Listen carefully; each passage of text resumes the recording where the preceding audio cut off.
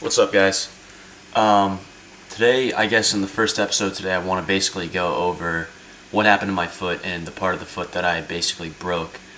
I'm going to show you guys my leg right now. It's been about 8 weeks since the event happened, but basically, when I broke my foot about 8 weeks ago, I was rushed to the hospital in the night, and at first, I immediately knew something was wrong based off the pain and stuff like that. There was swelling in my right foot. And basically, the doctor was taking some tests and stuff like that, and he was like, I don't really think you have anything wrong. He was basically like, sorry, I'm trying to figure out a good camera angle here. But he was like, yeah, I think you have some soft muscle tissue damage, nothing that ice can't really fix. And I was like, oh, that's good news. Maybe like 2 weeks out of the gym, 2 weeks out of walking, I'll be good to go. And he kept me there for about 5 hours later, and he comes back and he's like, you know what, based off the x-ray and CT scan that we had you just complete, you got a pretty serious fracture. We might have to put some screws in your foot. And I immediately was like, what? How did you just go 0 to 100 like that? And basically, long story short, they casted me up, and I went to an orthopedic specialist. And he told me that I broke the cuneiform bone in the medial area of the foot. So I'm going to do my best to try and find some pictures online that I can, link, I guess, somewhere in the video so you guys can kind of see. And I'm also going to put a couple pictures of the tests that I had done with the doctor. But basically, I was in a hard cast for about 2 weeks, and then they put me into, I was in a splint for about 2 weeks, and then they put me into a hard cast for about 5. I just got the boot last week, and I've basically been able to put a little bit of pressure. But honestly, the bone that I broke in my foot is amongst one of the most important bones. Now, if you know anything about bone anatomy, the foot is made up of a lot of bones, quite like the fingers. You have the metatarsals, the cuneiform bone, you have a lot of ligaments connecting each together. Now, I broke one of the bones that connects all the metatarsals and the ligaments together. Now my phone's going off. Brother calls me and he goes, yo, do you want Dairy Queen? I go, sure. My mom goes, no, it's going to melt. And then I'm like, alright, I don't need it. And then she goes, don't worry, it won't melt. And I'm sitting here like, I'm just trying to record, man. Can you leave me alone a little bit? Anyways, that's that balance I've been talking about. Like I was saying, I broke one of the most important bones in the foot that's responsible for basically putting pressure down. The doctor told me the bone that I broke is usually attributed to construction workers when they either drop something on their foot or seriously impact it. I don't really know how I ended up breaking this one out of all the other bones in the foot. A most common tear for athletes and stuff, I believe, is like a break of the metatarsals, which are the finger bones of the foot. It's just a flat-out break, and the bone eventually heals. But they were contemplating surgery, and the dilation break for my foot was about 2 to 3 millimeters, and that's the cutoff point for surgery. So luckily, they said that because I lift and my bones are used to being kind of like just broken down and a lot of stress, and for the fact that I'm young, I should be able to heal. So they didn't go with that, which I'm extremely grateful for because God knows how long that recovery process would be.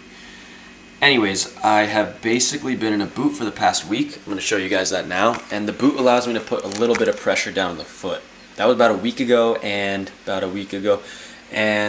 Anyways, oh man, rap just gets stuck in my head sometimes. Anyways, now I can kind of walk without the crutches, even though I'm advised not to. Sorry, doc. But I got the crutches right here. As you can see, nothing special about that. My life support systems. And here's the boot. Now it's basically velcroed in, and there's a pressure gauge right here that you basically pump in to fill in all the gaps, and then when you want to relieve pressure, you just turn this knob. It's actually kind of, I don't know if cool is the right word to describe, but gets the job done. And,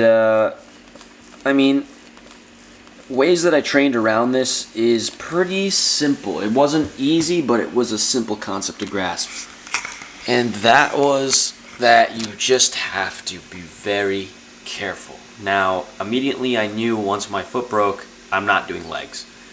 So I was extremely upset because my legs were never that big to begin with, and for them to grow, I had to put in more work than anyone else. And they were growing pretty nicely, I have to admit. I PR'd the same day I broke the foot, and I was feeling pretty good about my squat and everything. Everything was going up. My deadlift's always been extremely strong, but my squat was the one that was the weakest, and I was really trying to bring that up.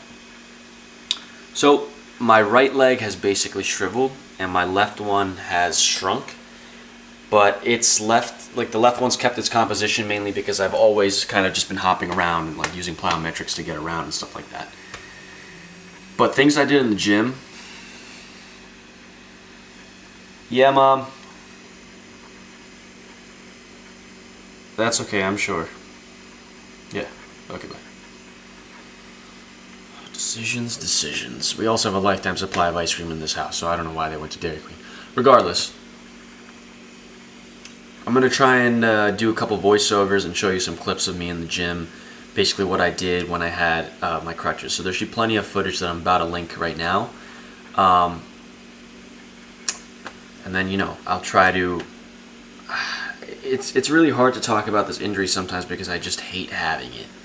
But regardless, because this is Road to Recovery, I'm going to be documenting everything from now on. I wanted to do it when I first broke my foot, but I was just in such a bad state of mind. I really can't even describe. My close friends and my girlfriend and my family would probably know how bad I was. It was just, I hated it. I hated everything. So it's kind of a touchy subject, but like because I'm on the home stretch now, I'm starting to be more optimistic. I'm starting to get things done. And, I'd be more than happy to discuss it now. So without further ado, I'm going to begin showing you guys what I did in the gym, some compound movements and stuff like that. So stay tuned for that. Alright guys, I'm starting off this commentary pretty simple. Now I've slowed down this footage right here for you guys to see a little bit of what I was doing. This is about the day after I just got the splinter, a couple days, it's about a week after. And you can see right here I parked the crutches on the side. I kind of got my bench loaded from my friends and my girlfriend, and I was elevating the right foot up and still going ahead and doing bench. So I was still going fairly heavy. I transitioned into an incline. These are obviously separate day footages. I just wanted to show you guys what I was doing still. Now you can't really see my feet here, but they were in a crisscross pattern and off the ground. So I had actually no leg drive the entire time I was doing any sort of pushing movements. I didn't want to off balance anything, and I felt like without leg drive, I actually was engaging my core more, which actually helped my bench. It kind of went up about 40 pounds. Which I'll be getting into in a later video. So here we got some rows. I had this seat that luckily my gym has. It's got various heights, and I had my friends kind of move it up and down for me, left and right, and you can see the crutches parked in the back. So honestly, I can imagine that I was a bit of a pain in the gym for a lot of people, especially because I was crutching around and moving. And when you go to gym, when you go to college gyms at least, they're particularly crowded. And the one that I trained at was very, very small. It was just always packed. And, sometimes you just have to put that aside and realize that you got to do what you got to do. Now here for the lat pull down, I was doing reverse behind the neck because I could not fit my legs into the little padding area in the front. This is with the hard cast, so I couldn't even move my foot or anything like that. So for the lat pull down, I'm sorry the videos are kind of going a little bit far and ahead, but for the lat pull down, I just put my right leg over my left. And I was still pulling fairly lightweight. It wasn't weight that was near my body weight because obviously then my body would be pulled up. Now here I was doing standard curls, which was pretty easy. As long as no one was in my way, I was pretty good to go. And in order to get some shoulder movements, I was doing behind the neck press a lot with just the bar. Behind the neck press is already such a crucial movement that you have to have the form down. And I did not want to injure myself further by adding any weight. So I was just repping it out for, I think, sets of 40 to be honest. Pull-ups were always pretty standard. I would just hobble over and do some pull-ups and got the job done for back. A lot of the movements that I was doing when I was injured for the most part, not so much now because I have the boot, and I'll be getting into that a bit later, but most of the movements I was doing really were out of my normal training split. I had to really start doing some movements that I never did just so I can get some work and mobility work. And luckily, like you can see here, my gym had a lot of machines that could help me get the job done for various angles. So I didn't really lose too much aesthetics or strength upper body. It's mainly just my lower body that suffered. Alright, now I'm going to get into the actual fundamental breakdown of what happened. So here's the little picture of the foot and the anatomy of the foot. I'm going to put the source in the description box, of course. But the arrow that I drew in right there, that's pointing to the area of the fracture that happened for my right foot. That's called the cuneiform bone, I believe, or the medial cuneiform, something around that. It's found in the midfoot, and if you know anything about the anatomy of the wrist, or I'm sure you can have kind of an intuition, the wrist has a bunch of bones that give its mobility to it. You can do a rotation, a clench, control the fingers. Everything's controlled from the wrist. And when you're moving your fingers, you can actually see your forearm contract. So all these ligaments are connecting everything together. The foot has the same exact feature. Now, when I had my accident, I basically put a 2 to 3 millimeter dilation right where the arrow is drawn, and it wasn't a flat-out break. It wasn't basically like it just got broken. And like I think I mentioned earlier, these types of bones, at least the cuneiform, when it breaks, is usually just a flat-out crush. Mine was about a 2 to 3 millimeter dilation, and the doctor was actually contemplating surgery, which is usually the go-to method of fixing this bone. They put about 2 or 3 2-inch screws directly into that bone and connect it to the other bones. Now, luckily, because I'm young, they said I lift weights and my bones are used to being pressed and all that stuff. And I got age on my side, obviously. They said that surgery is not necessarily the best option that they want to go with. I was on the cutoff point for surgery, so I'm extremely glad that they didn't go with the surgery for me. I can't really say if it would have been better with surgery or not. I'm just honestly glad that I don't have screws in my foot for the rest of my life. That would really, really just kill my vibe entirely. So the next couple pictures are going to be pictures that I took after I got out of the hospital. This one is the first day, the day right after. I had a splint, which is basically God, I think I put another basically in there. For those of you guys that are playing the drinking game, I'm incredibly sorry. But yeah, they put a splint, which is, I forgot the material. I think it's just plaster, and they make it into like a right angle, and they put it under your foot, and then they wrap some cotton around, and then a wrap around that, which is removable. Now, obviously, they told me not to take the wrap off, and I didn't, and I only had this on for 2 weeks, but the plaster was so uncomfortable. When I was sleeping, it would just push up against the back of my foot and actually make it go numb. So I had more pain from the plaster than I actually did from my foot being broken. And although I did crack a pretty important bone, I'm really happy to say that this bone was more or less painless. It did not really hurt. They gave me a lot of medication, but I didn't really have to take a lot of it, and extremely grateful for that. Now, this is before my leg shrunk a lot, so you can kind of see on the left side my calf is still there, which is why like it's got a little bit of an indentation and stuff like that. And this is the day right after, like I mentioned. I still got the scrubs on. You can kind of see the blue like right at the top.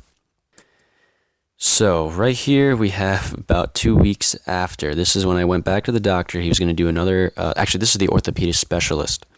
So when I had the actual splint on, that was when I was taken to the emergency room. So after that I was taken to the orthopedic specialist, who is responsible for actual tests and stuff to do with the foot. Now you can see right here, it's a pretty difficult picture for me to look at. My left leg has shrunk. My calves were never that big to begin with. Team No Calves checking in. But the left one shrunk a little, only because I wasn't directly working out my left leg these 2 weeks. I did not want to get any further imbalance than I already knew I was going to get. And my right one, from just 2 weeks of not even being compressed or touched to the ground, was decimated. The calf is just basically gone. It was limp. It was not there. It really sucked. And in retrospect, now that I'm looking back on it, I'm really starting to think about how crazy the body is. It's amazing how in just 2 weeks of not even putting your foot to the ground, how much your leg can just suffer. But the next picture that we're going into is, I think a week and a half ago from today, I got my full-on cast off, which was a fiberglass cast, which felt a lot better than the splint. There was no plaster going up and down my leg. It was just cotton wrapped around in a right angle, and then the fiberglass hardened over it to keep that shape. Now my calf obviously hasn't really shrunk anymore from what it did the first 2 weeks, but at this point it was just further losing its like dense, I guess, feeling. It was just completely limp. So you can see right here that it's basically very, very, very non-existent. And my foot at the time was collecting a lot of dead skin. If you've ever broken a bone or something, I'm sure you guys know how much dead skin gets collected in there, especially over the course of 8 weeks. But I was just really glad to be able to start showering properly and not having to put a bag on my foot. That was a drag. It was absolutely awful. But the next picture right here, all right, this is the CT scan right here. Now, CT scan, if you know anything about radiology or something like that, when you break a bone, they usually go straight to the X-ray. That's what the X-ray is attributed for rather. And like I said, my fracture was so tiny that they couldn't even see it on the X-ray. When I went in, you know what? You got some soft muscle tissue damage. Let's put some ice on it. You'll be good to go. And one of the doctors came up to me and was like, you know what? I think we should do some further testing. And I was like, okay, you're the boss. Go for it. Put me in the CT scan, the CT machine, and that's how they found the fracture. And that's when they came up to me and were like, yo, you broke something. It's pretty serious, et cetera, et cetera. Now, the CT scan, this is a picture I got. Obviously, you can see the doctor right there in the background, the reflection. You really have to be a doctor to be able to analyze the CT scan.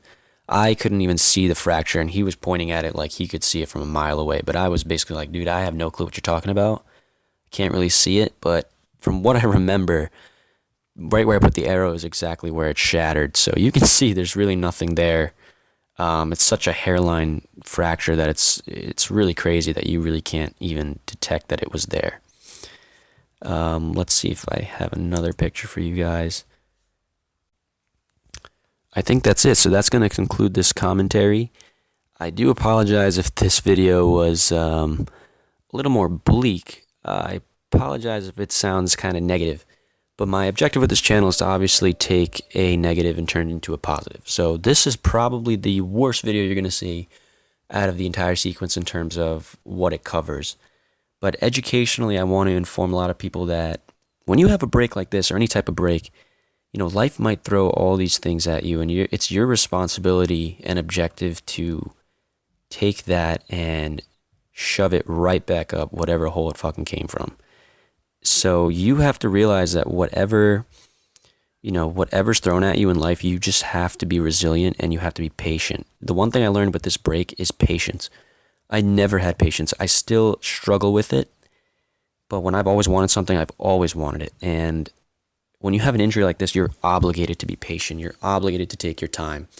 And it's been a blessing in disguise because I've been able to focus on a lot of weaker areas of my physiology and overall just, you know, weightlifting area. For instance, my bench, which I'm going to make an entire new video on.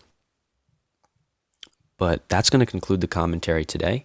Stay tuned for tomorrow's video. I'm going to get into more footage of me in the gym with my buddy Aaron. And that's actually going to be with the boot. So you can kind of see how I've been transitioning into more of a castless, bootless life now. I guess you could say more normal. But yeah, thanks a lot for watching. I do appreciate you guys taking the time to look at this. And I will catch you all in the next one. Take it easy.